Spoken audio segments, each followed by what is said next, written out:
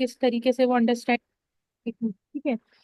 ठीक है बेटा। अच्छा बेटा, सबसे पहले जो आप है कॉमर्स में, जब आप अकाउंटिंग का नाम लेते हैं, बिजनेस मैथमेटिक्स का नाम लेते हैं, तो सबसे पहले जो चीज आती है ना आपके माइंड में बेटा, वो आती है कॉमर्स। क्योंकि आप कॉमर्स सेलेक्ट ओके। करते हैं तब फिर आपके पास ये सब्जेक्ट्स ऑफर होते हैं, जिसमें आपके पास अकाउंटिंग हो गया, स्टैटिस्टिक्स हो गया, बिजनेस मैथमेटिक्स हो गया, इकोनॉमिक्स हो गया, ये तमाम सब्जेक्ट्स आपके पास आ जाते हैं। तो पहला सवाल हमारे जी। पास होता है कि बेटा ये कॉमर्स होता क्या है। आप कॉमर्स के स्टूडेंट हैं, कोई आपसे पूछते बेटा व्हाट इज कॉमर्स, तो सबसे पहले इसका जो ये वर्ड है ना, COM, com, it's means ji.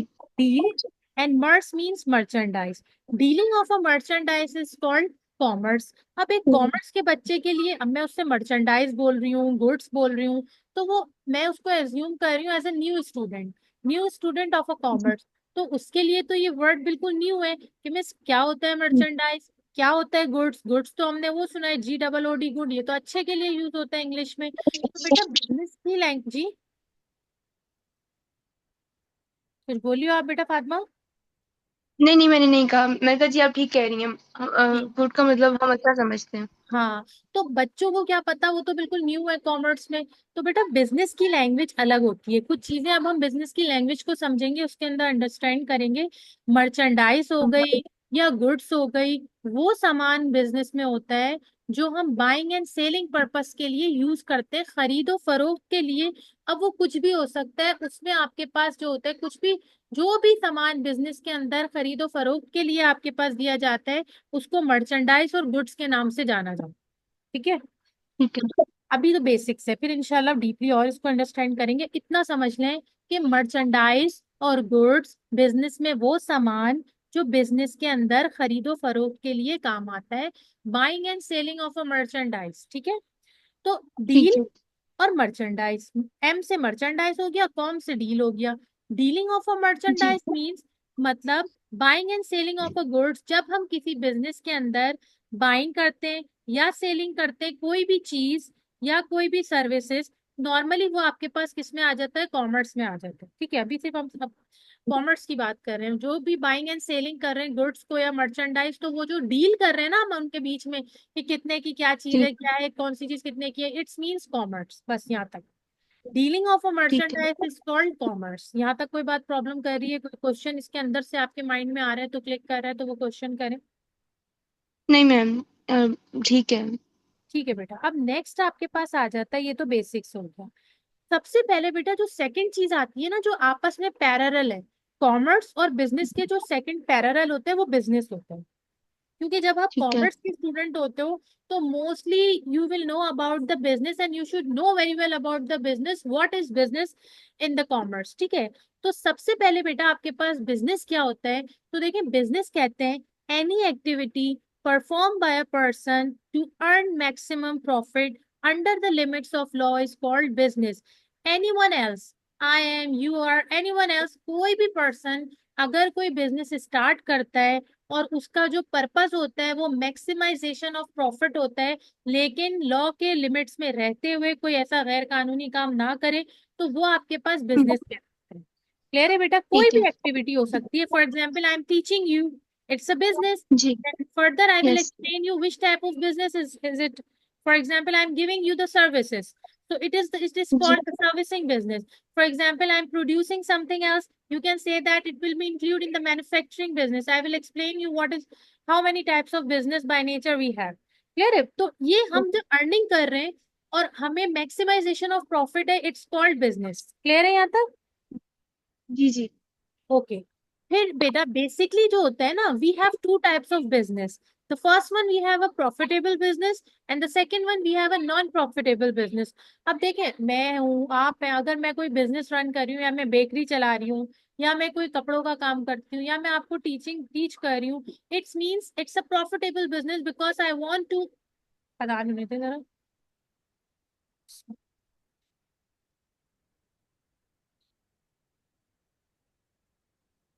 Hello ma'am. ये एक minute. It means we want to earn maximization of profit. Okay, so it will be जी। called जी। profitable business. Clear है यहाँ तक। ये आपके यस मैम। पास प्रॉफिटेबल बिजनेस कहलाएगा। On the other hand, if we will talk about the non-profit business, it will the purpose of the non-profit business is not maximization of profit, just like this ABI, छिपा, welfare, all welfare जितनी भी है ना, इनका जो maximisation ji of profit इनका purpose नहीं होता, बल्कि सोशल वेलफेयर होता है। तो इस तरह के जी। बिजनेसेस जो होते हैं वो आपके पास बेटा नॉन प्रॉफिटेबल बिजनेस होते हैं। और बेसिकली इनका पर्पस क्या होता है कि हम जो है वो मैक्सिमाइजेशन प्रॉफिट ना कमाएं, बल्कि हम सर्विसेज अपनी दें और सोशल वेलफेयर प्रोवाइड करें। क्लियर है यहाँ तक? Okay ma'am. ठीक है बेटा। जी ये तो बिजनेस की डेफिनेशन हो गई हमारे पास। बेसिकली हम दो तरह के देख लेते हैं, एक प्रॉफिटेबल बिजनेस हो जाता है, एक नॉन प्रॉफिटेबल बिजनेस होता है। उसके बाद बेटा types of business by nature. अगर हम बात करें बिजनेस की नेचर के हिसाब से, नेचर के हिसाब से कितनी किस्में होती हैं, तो वो हमारे पास तीन तरह की बिजनेस की टाइप्स होती हैं। सबसे पहले आपके पास मैन्युफैक्चरिंग बिजनेस होता है, दूसरा आपके पास ट्रेडिंग बिजनेस होता है, and third one we have servicing business. Manufacturing businesses वो बिजनेस होते हैं जिसमें आप रॉ मटेरियल को कन्वर्ट करते हैं फिनिश गुड्स में। इस तरह के तमाम बिजनेसेस को आप क्या कहते हैं? Manufacturing business. फॉर एग्जांपल, अगर कोई बेकरी वाला है, ठीक है, तो बेकरी वाला जी क्या करता है, पहले जो है वो मैदा लेके आता है, फिर जो है वो ऑयल लेके आता है, फिर मुख्तलिफ चीजें लाता है, उसके बाद वो उसको जो है ना अंडे लेके आता है और केक बना के फॉर्म में बेच देता है। तो ये जो तमाम जी चीजें है ना, अंडा, मैदा, क्रीम, ये रॉ मटेरियल कहलाता है बेटा। जब ये आपके जी पास जी एक की शक्ल में आता है तो ये फिनिश गुड्स कहलाता है। कोई भी ऐसा जी बिजनेस जिसमें आप कोई चीज मैन्युफैक्चर करके रॉ मटेरियल को कन्वर्ट करते हैं फिनिश गुड्स में, इस तरह के बिजनेसेस को कहलाते हैं मैन्युफैक्चरिंग बिजनेस कहलाता है ये। For example, when you convert the raw material into finished goods, so these type of businesses are called the manufacturing business. And mostly you can say that we have different examples of the manufacturing business. For example, bakery is an example of a manufacturing business. Can you please give me another example which is related to the manufacturing business?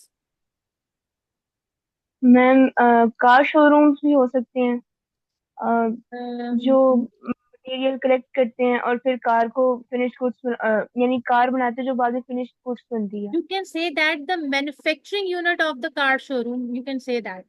Yes जहाँ yes yes, showroom में रखी समझ आया मुझे। जाती है वहां तो देखे जैसे होती है वैसी बेच देते हैं, लेकिन जी ऑन, जी, सॉरी सॉरी। हाँ, तो जहाँ पे मैन्युफैक्चरिंग यूनिट होता है ना उनका, जो मैं जो कार वगैरह का शोरूम एक ऐसी जगह होती है जहाँ पे एज अ डिस्प्ले आपको पूरा एक पूरा फिनिश गुड्स में चीज होती है और वो वैसे ही सेल कर रहे हो।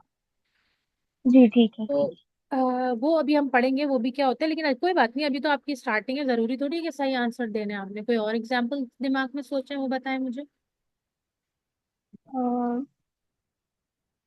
अपने आसपास देखें कोई मैम घर, फैक्ट्रीज, मैम फैक्ट्री, फैक्ट्रीज हो सकती हैं। Very good, factories.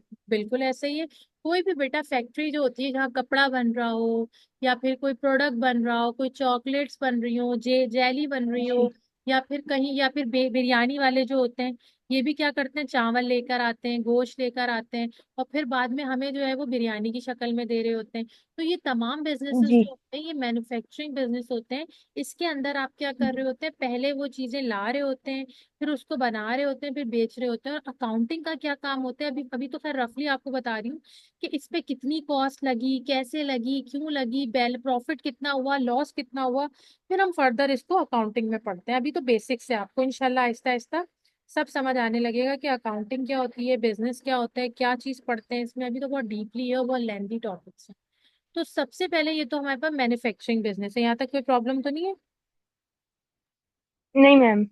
उसके बाद बेटा एक और होता है ट्रेडिंग बिजनेस। ट्रेडिंग बिजनेस वो बिजनेसेस होते हैं जिसमें आप कोई गुड्स जो है वो बिल्कुल तैयार शक्ल में आप लेकर आए और उसी तरह से आपको बेच दें। जिस तरह से आपने अभी शोरूम की एग्जांपल दी, वो आपके पास ट्रेडिंग बिजनेस में आता है, क्योंकि हम उसमें कोई भी चीज मैन्युफैक्चर नहीं करते, बल्कि पीछे से जो चीजें आपने बाय की हैं, जिस तरह से कार, वो आपने अपने शोरूम में रखी और वैसी कंडीशन में आपने अपने कस्टमर्स को बेच दी। तो ये जो बिजनेस होता है ये ट्रेडिंग बिजनेस में इंक्लूड होता है। मिसाल के तौर पे कोई कपड़ा, कपड़े वाले होते हैं, वो कपड़े अनस्टिच लेके आते हैं और अनस्टिच ही बाद में आगे बेच देते हैं, तो वो भी आपके पास ट्रेडिंग बिजनेस में आता है। क्लियर हो रही है बात? Yes ma'am. जी जी के बाद बेटा एक और बिजनेस होता है सर्विसिंग। सर्विसिंग बिजनेस वो बिजनेस होता है जिसमें हम अपनी स्किल्स जो है वो अपने जो है वो कस्टमर को प्रोवाइड करते हैं, और उसकी मदद से हम जो अर्निंग करते हैं। इस तरह का बिजनेसेस जो होता है, अपनी स्किल्स प्रोवाइड कर रहे होते हैं। ये बिजनेसेस जो होता है वो सर्विसिंग बिजनेस होता है, ना इसमें कुछ बना रहे होते हैं, ना इसमें कुछ खरीद के आ रहे होते हैं। इसकी बेहतरीन एग्जाम्पल है टीचर, इसके अलावा डॉक्टर, लॉयर्स, इंजीनियर्स। तो जी बोले। मैम सॉरी मैं आपकी बात को कट करी हूँ, नहीं नहीं, आप आप मुझे बोलो। इससे पहले एक मतलब फिर ट्रेडिंग बिजनेस समझा सकती हैं दोबारा? जी बिल्कुल, मेरा काम है बेटा, आप 10 बार भी पूछोगी ना मैं आपको समझाऊंगी, ठीक है। ट्रेडिंग बिजनेस ओके वो मैम। बिजनेसेस होते हैं बेटा जिसमें बना बनाया सामान आप लेकर आए इस पर्पस के लिए कि आपको उसको रीसेल करना। आपके उसके अंदर ओके। कोई भी चीज मैन्युफैक्चर नहीं करनी, जिस शक्ल में आप लेकर आए। अगर एक दर्जी की बात करें ना, तो दर्जी भी जो है वो मैन्युफैक्चरिंग में नहीं आएगा, क्योंकि वो पहले कपड़ा लाता है उसके बाद उसको सी रहा होता है, तो वो मैन्युफैक्चरिंग में आ जाता है जी वो। ऐसा जी। बिजनेस अगर मिसाल के तौर पे कोई बुटीक है, लेकिन वो बुटीक वाले सीते नहीं है, अगर वो सी के बेचते हैं तो वो मैन्युफैक्चरिंग में आ जाएगा। लेकिन वो एक रेडीमेड कंडीशन में प्रोडक्ट को खरीदते हैं और उसी कंडीशन में वो आगे सेल कर देते हैं, तो वो आपके पास ट्रेडिंग बिजनेस हो सकता है। अदरवाइज वो ट्रेडिंग बिजनेस नहीं कहलाएगा। कोई भी ऐसा बिजनेस जिसमें फिनिश गुड्स फॉर्म में आपके पास चीज हो, और आप वो फिनिश गुड्स फॉर्म में चीज इसलिए परचेज करें क्योंकि वो आपको रीसेल करनी हो, तो वो बिजनेसेस आपके पास क्या कहलाते हैं? ट्रेडिंग बिजनेस कहलाते हैं। जैसे आप कह सकते हैं बुक स्टोर वाला, बुक जी। स्टोर वाला बुक्स लेकर आता है उर्दू बाजार से, और वो उसी फॉर्म में आप लोगों को आगे सेल कर देता है, तो वो आपके पास ट्रेडिंग बिजनेस है। दोबारा कोई एग्जांपल देके समझाओ, या समझ आ गई ये बात आपको? नहीं नहीं नहीं मैम, आ गई है, थैंक यू, ठीक समझ है। आ गई। ठीक है बेटा, उसके बाद आपके पास बेटा सर्विसिंग बिजनेस वो बिजनेसेस होते हैं जब हम अपनी स्किल्स किसी को प्रोवाइड करते हैं और उसके बदले में हम जो अर्निंग कर रहे होते हैं। इस तरह के बिजनेसेस जो होते हैं वो आपके पास सर्विसिंग बिजनेस कहलाते हैं। और इस तरह के बिजनेसेस में एग्जांपल्स आपके पास है, जैसे टीचर हो गया, लॉयर्स हो गए आपके पास। इसी तरीके से सर्विसिंग जो एजेंसीज होती हैं जो काउंसलिंग कर रही होती हैं। उसके अलावा डॉक्टर की एक ठीक बहुत है। बड़ी एग्जांपल है, वो सिर्फ प्रिस्क्रिप्शन कर लिख रहे होते हैं और बस अपनी सर्विसेज दे रहे होते हैं, अपनी नॉलेज शेयर कर रहे होते हैं, और दे आर अर्निंग। सही है, ऐसे यस बिजनेस मैम। जो सिर्फ अपनी स्किल्स दे रहे होते हैं, ठीक है बेटा, और अर्निंग कर रहे होते हैं जी। Without making anything else, without purchasing anything else for resale purpose. They are just giving their skills and they are earning maximisation of profit. तो ये सर्विसिंग यस मैम। बिजनेस कहलाता है। क्लियर है यहाँ तक? जी जी क्लियर है। अच्छा बेटा, ये तो types of business by nature है। आपके पास एक और सब्जेक्ट होगा, प्रिंसिपल ऑफ कॉमर्स, ऐसा है, पीओसी। जी है। जी जी है बिल्कुल है। उसमें भी बेटा, क्योंकि हम तो कॉमर्स के तमाम सब्जेक्ट्स तो काफी टाइम से, एक इकोनॉमिक्स होगा आपके पास। जी वो भी है। हम्म। तो अब देखें उसके, अब जब हम प्रिंसिपल ऑफ कॉमर्स की बात करते हैं तो उसमें ये बहुत डीपली एक्सप्लेन किया हुआ है, types of business by ownership. Ownership के हिसाब से बिजनेस की 3 टाइप्स होती हैं। सबसे पहले बेटा जो टाइप होती है वो soul proprietorship form of business होता है। दूसरा जो आपके पास होता है वो पार्टनरशिप फॉर्म ऑफ बिजनेस होता है। तीसरा जो होता है वो आपके पास ज्वाइंट स्टॉक कंपनी होता है। If we will talk about the sole proprietorship form of business, you can say that any single person is running business and he will earn profit। अगर कोई पर्सन, एक सिंगल पर्सन कोई business start कर रहा है या वो business चला रहा है, अब अगर उसको उसमें प्रॉफिट होता है या उसको उसमें लॉस होता है, तो वो अकेला उसका हिस्सेदार है। ऐसा बिजनेस कहलाता है आपके पास sole proprietorship form of business. जैसे आपके घर के पास कोई छोटी सी दुकान होगी, कोई टॉय शॉप हो गई, कोई जो ग्रोसरी शॉप हो गई, जो अकेला मतलब इंडिविजुअली दे आर अर्निंग। अगर उस कंडीशन में उसको प्रॉफिट होता है तो वो अकेले बेयर करेगा, अगर उसको लॉस होगा तो वो अकेले बेयर करेगा। अब वो मैन्युफैक्चरिंग बिजनेस भी सोल प्रोपराइटरशिप हो सकता है, वो ट्रेडिंग बिजनेस भी सोल प्रोपराइटरशिप हो सकता है, और वो मैन्युफैक्चरिंग सर्विसिंग बिजनेस भी सोल प्रोपराइटरशिप फॉर्म होगा। मैं अकेले पढ़ा रही हूँ इस वक्त, ठीक है, मेरा अकेले, अब जी जैसे जी। हमारी तो हर अकेडमी है, हम अकेडमी के थ्रू है, हमारी पार्टनरशिपिंग है, जाहिर है वो हम उनके उनके उस पे पढ़ा रहे हैं बिहाफ पे। तो अगर अकेले कोई जी। बंदा पर्सन कोई पढ़ा रहा होता, तो अगर उसको प्रॉफिट होता है तो वो अकेले बेयर करेगा, अगर लॉस होगा तो वो अकेले बेयर करेगा। जैसे आपके घर के पास कोई शॉप होगी जी छोटी सी, तो उसका अकेले वो जी मालिक होगा, ठीक है बेटा। इस तरह के जी बिजनेसेस जो जी। होते हैं वो आपके पास sole proprietorship form of business कहलाते हैं, जिसमें एक इंडिविजुअल पर्सन बिजनेस को रन करता है। उस बिजनेस में अगर प्रॉफिट होता है तो वो अकेले बेयर करता है, अगर उसमें लॉस होता है तो ही विल बेयर अलोन, ठीक है, वो अकेले बेयर करेगा। जी हाँ।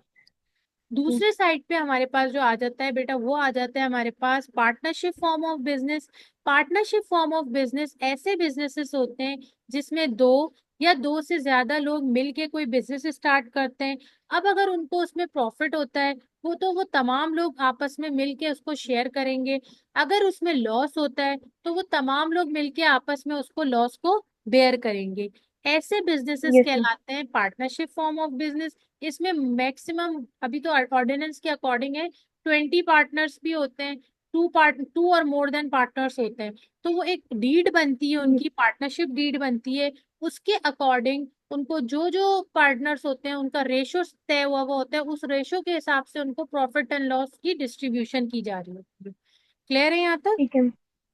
जी जी इसके बाद बेटा लास्ट हमारे पास होता है joint stock company. Joint stock company का थोड़ा बच्चों को थोड़ा प्रॉब्लम करता है। वो इसलिए प्रॉब्लम करता है कि देखो जो बड़ी बड़ी कंपनीज होती है ना, बहुत मल्टीनेशनल फर्म्स जो होती हैं, वो अपने शेयर्स इशू करती हैं। शेयर जो होता है वो एक पीस ऑफ पेपर होता है। वो पीस ऑफ पेपर एक वर्थ रखता है कि आप बिजनेस के ओनर हैं। आपने अगर कुछ मल्टीपल शेयर्स परचेज कर लिए तो आपको ओनरशिप मिल जाती है किसी भी बड़ी कंपनी में। अब अगर कंपनी को जी। प्रॉफिट होता है तो आपको भी प्रॉफिट होता है, अगर कंपनी को प्रॉफिट नहीं होता तो आपको भी प्रॉफिट नहीं होता। और अगर जो कंपनी को प्रॉफिट होता है और वो प्रॉफिट आपको मिलता है तो वो डिविडेंड कहलाता है, ठीक है। तो नॉर्मली सिर्फ ये याद रखें अभी, क्योंकि फर्स्ट ईयर के बच्चों को ज्वाइंट स्टॉक कंपनी समझने में काफी इशू होता है। तो जो बड़ी बड़ी मल्टीनेशनल फर्म्स होती है ना, जिसमें बहुत सारा इन्वेस्टमेंट हुआ होता है, जैसे आपके पास जी यूनिलेवर हो गया और जिसमें पेंटीन वाले ये सब होगा, तो ये बड़ी बड़ी फर्म्स होती हैं, इनको जी। शेयर्स चाहिए होते हैं। जनरल पब्लिक से ये अपनी इन्वेस्टमेंट करवाते हैं और उनके बदले में उनको शेयर इशू करते हैं। It's a piece of paper. और अगर कंपनी को ओके। प्रॉफिट हो जाता है तो उनको भी प्रॉफिट हो जाता है जिन्होंने उनके शेयर परचेज किए होते हैं। और अगर कंपनी को लॉस हो जाता है तो उनको भी लॉस हो जाता है जिन्होंने इनके शेयर्स परचेज किए हुए हैं। और ऐसी कंपनीज जो होती हैं वो जनरल पब्लिक से अपना पैसा इन्वेस्ट करवाती हैं और उस इन्वेस्टमेंट से अपनी कंपनीज को रन करती हैं, बड़ी बड़ी लेवल पे कंपनीज। क्लियर हो गई यहाँ तक बात? म- जी मैम, एक क्वेश्चन था मेरा। हम्म। जिस तरह पार्टनरशिप फॉर्म ऑफ जो बिजनेस होती है उसके अंदर 20 पार्टनर्स या 2 पार्टनर्स मैक्सिमम हो सकते हैं जी ऑर्डिनेंस के अकॉर्डिंग। तो जी। क्या इस बिजनेस के अंदर भी इतने ही होते हैं या अनलिमिटेड इसमें लोग स्टॉक खरीद सकते हैं देखिए या इसमें शेयर दो खरीद होते हैं, सकते हैं? इसमें एक सेकंड, इसमें दो तरह की ज्वाइंट स्टॉक कंपनी में एक प्राइवेट लिमिटेड कंपनी होती है, एक पब्लिक लिमिटेड कंपनी होती है, ठीक है। प्राइवेट लिमिटेड कंपनी में कुछ लिमिटेशंस होती हैं, उसके अकॉर्डिंग चल रहे होते हैं। जो पब्लिक लिमिटेड कंपनी होती है उसमें जो होते हैं, ऐसा नहीं होता कि रेशो आप अगर पूरे स्टॉक के आप शेयर्स खरीद लेंगे तो वो तो ओनरशिप बन जाएगी आपकी। एक लिमिटेशन होती है वहां भी कि इतने परसेंट आप शेयर्स खरीद सकते हैं। क्योंकि एक कंपनी के अंदर ना एक एक वो बना हुआ होता है, एक रूल बना हुआ होता है कि अगर उस रूल से ज्यादा अगर किसी ने शेयर खरीद लिए ना तो वो ओनरशिप अपने हाथ में ले सकता है कंपनी की। तो ये एक लॉस होते हैं, रूल्स ओके। होते हैं, रेगुलेशंस के अकॉर्डिंग ये सेट हुआ हुआ होता है मामला, ओके। ठीक है। वो इंशाल्लाह पीओसी जी में आप और डीपली पढ़ेंगे। इस वक्त जो है ये सिर्फ ब्रीफली एक्सप्लेन करना था ज्वाइंट, फिर भी कोई आपको हेल्प चाहिए हो तो पूछ लिया करें, अभी जो स्टार्टिंग है। जी ठीक है बेटा, अब ये आपके पास आ जाता है हमारे पास अकाउंटिंग क्या है। ठीक है, बेसिकली बच्चे के पास आ जाती है कि व्हाट इज अकाउंटिंग। बच्चे को असल हमारा टॉपिक ही यही है, हम अकाउंटिंग पढ़ रहे हैं। And it's a first year accounting, तो एक बेसिक्स अकाउंटिंग होती है। इंशाल्लाह आगे तो आप इंशाल्लाह और अकाउंटिंग पढ़ेंगी, कॉस्ट अकाउंटिंग, इंशाल्लाह। एडवांस अकाउंटिंग आपके पास आ जाएगी। लेकिन तो बेटा सबसे पहले अकाउंटिंग क्या है। अगर किसी बच्चा फर्स्ट टाइम आया है, अकाउंट्स के बच्चा है, उसको पता ही नहीं है भाई अकाउंटिंग होती क्या है। तो अगर हम डेफिनेशन की बात करें तो डेफिनेशन से तो हमें कभी नहीं समझ आएगी अकाउंटिंग क्या होती है। Accounting is an art of recording, classifying, summarising, interpreting monetary transactions of a business in chronological order.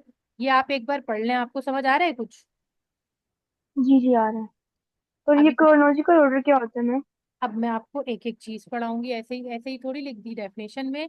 जब बच्चे के पास एक एक चीज है, देखो बेटा सबसे पहले आपको इसमें ये समझना चाहिए, एक वर्ड आ रहा है हमारे पास, अभी पहले मैं एक एक चीज एक्सप्लेन करूंगी, फिर आपसे मैं पूछूंगी अब बताएं अकाउंटिंग क्या है। देखो बेटा एक वर्ड है ट्रांसैक्शन, ठीक है। ट्रांसैक्शन कहते हैं किसी भी बिजनेस में आपने क्या किया, मैंने आपने मुझसे आके बोला मुझे ना पेंसिल दे दें, मैंने आपको पेंसिल दे दी, आपने मुझसे क्या किया, पैसे दे दिए, ये मेरी और आपके दरमियान क्या हो गई बेटा, ट्रांजेक्शन। ट्रांजेक्शन। अच्छा ये कौन सी ट्रांजेक्शन है, आपने मुझे कैश पे कर दिया, it's means it's a cash transaction. अगर आपने मुझे कैश ओके पे मैम। नहीं किया and you are saying that I will pay you tomorrow, it's means it's a credit transaction. Clear है यहाँ तक। ओके। जी जी। ये पहला वर्ड हो गया इस डेफिनेशन का, ट्रांजेक्शन, जो समझ आ गया आपको, समझ आ गया क्या होता है। जी जी जी। सेकेंड वर्ड आपके पास है इसके अंदर, ये तो हो गया आपके पास ट्रांजेक्शन। दूसरा वर्ड इसमें यूज किया हुआ है मॉनेटरी। बेटा मॉनेटरी क्या होता है, मॉनेटरी का मतलब होता है किसी चीज की वैल्यू को जानना। आप मेरे पास आए शॉप पे, आपने कहा ये चीज कितने की है, इट्स मींस जी। मॉनेटरी। आप जान रहे हैं इसकी, मैंने बोला ये 2 रुपए की है, तो ये मॉनेटरी हो गई। क्लियर है मॉनेटरी क्या होता है। ओके। जी जी। एक हमने ट्रांसेक्शन समझ लिया, एक हमने मॉनेटरी समझ लिया। सबसे पहले आप आए, जी आपने पूछा ये चीज कितने की है, फिर आपने वो ट्रांसेक्शन कर ली, ट्रांसेक्शन कर ली मतलब परचेज कर लिया जी। आप। अब आपने क्या करना है, उसको रिकॉर्ड करना है, ठीक है। आपने उसको रिकॉर्ड करना है, लेकिन आपको उसको किस तरह रिकॉर्ड करना है, क्रोनोलॉजिकली ऑर्डर में रिकॉर्ड करना है। It's means date wise recording करनी है आपने, ठीक है।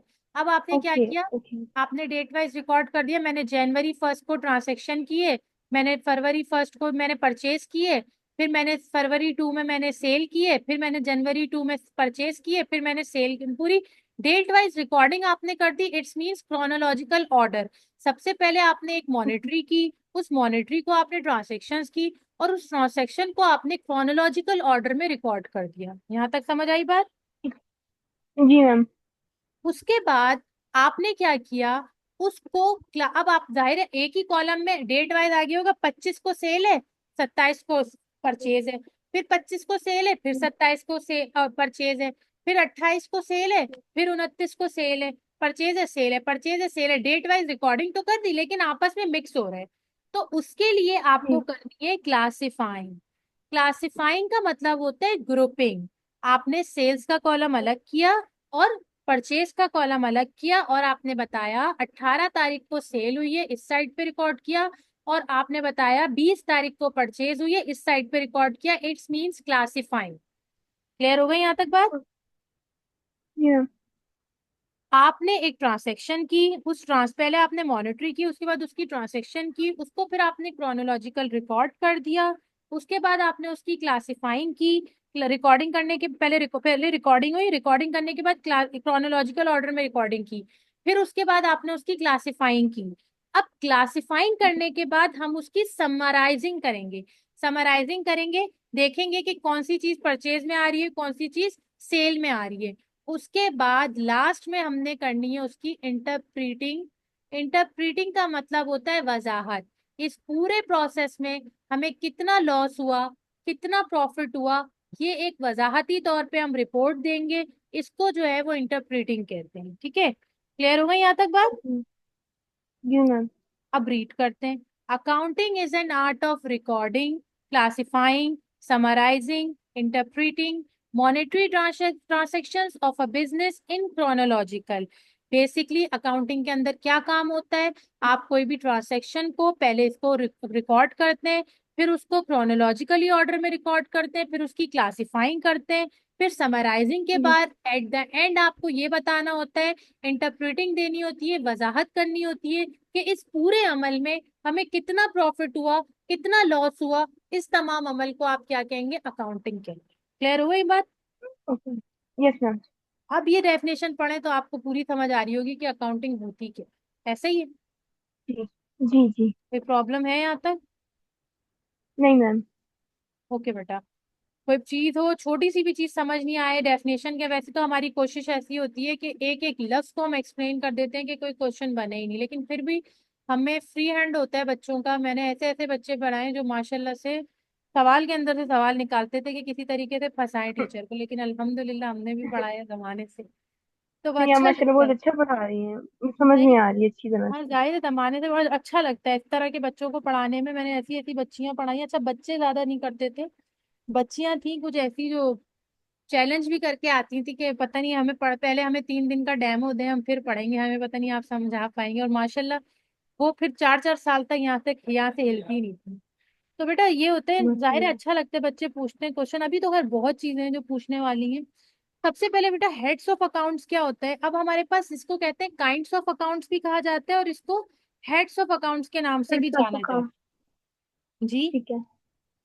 जी ठीक ठीक है है। ठीक है। अच्छा बेटा हेड्स ऑफ अकाउंट्स के नाम से भी इसको जाना जाता है, और काइंड्स ऑफ अकाउंट्स के नाम से भी जाना जाता है। सबसे पहले आपके पास होता है एसेट, फिर आपके पास आ जाती है लाइबिलिटीज, फिर आपके पास आ जाता है ओनर्स इक्विटी, फिर आपके पास आ जाता है रेवेन्यू इनकम, और फिर आपके पास आ जाता है लास्ट वन एक्सपेंस। अब इन तमाम की ना एक डीपली एक एक्सप्लेनेशन है, ठीक है, ये तो फिर आपका ऐसा। तो ये डीप एक्सप्लेनेशन है जिसमें आपको बकायदा एसिड की डेफिनेशन समझाई जाएगी, स्लाइड्स के थ्रू मैं आपको एक्सप्लेन करूंगी, ठीक है। आज मैं सिर्फ आपको एज अ ठीक है। लेक्चर दे रही थी। अब मुझे ये तो, फिर मैं इनकी स्टॉप करूँ रिकॉर्डिंग, फिर मैं आपसे कुछ, मुझे ये चीजें तो हो गई। अब मुझे आप ये बताएं कि आपने